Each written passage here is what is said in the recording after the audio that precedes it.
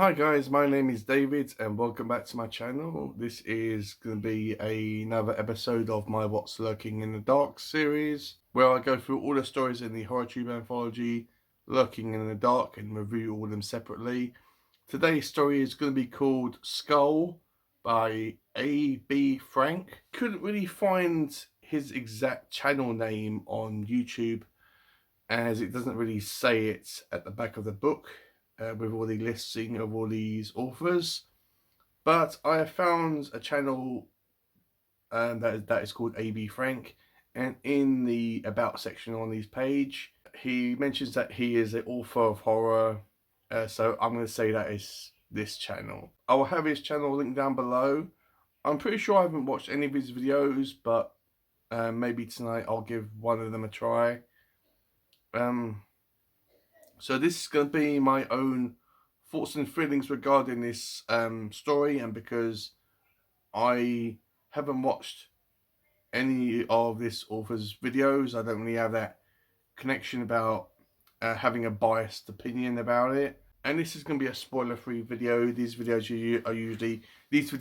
are usually kind of small, so spoiler-free video, guys. Well, I'm pretty sure this is set in kind of a Scottish environment, where it talks about the moors a lot, which, if you don't know what they are, think about like a field at night. It's all foggy and it's been raining and damp and all that stuff, and hikers are everywhere, and one of them comes across a skull which they take into a cave with them, and they cover it with dirt and leaves, and people have been turning up missing and being, I think, dismembered as well.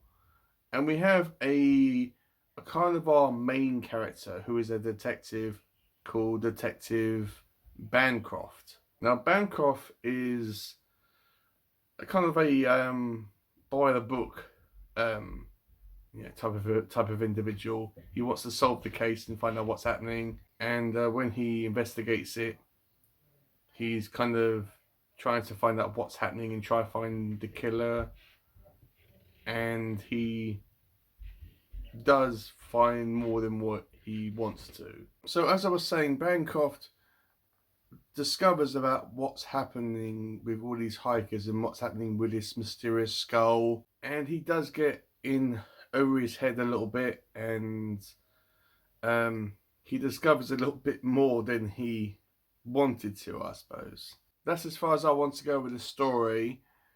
The writing style of this story is very atmospheric. You can kind of picture the setting in your mind. It's very descriptive, both in the setting and what is happening with all these people. Like, some people get like chopped up and there's blood and stuff happens to them, all this horrific stuff, and that is all very written really, really well. The characters, I suppose they're fine. Because it's a short story, you don't really have time to connect with them that much, but they're fine. They are fine for what they are.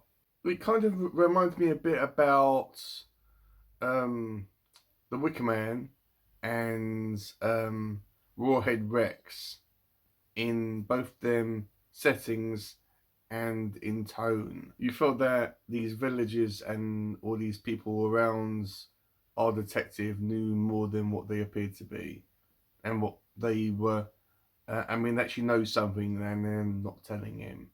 So I really like this one.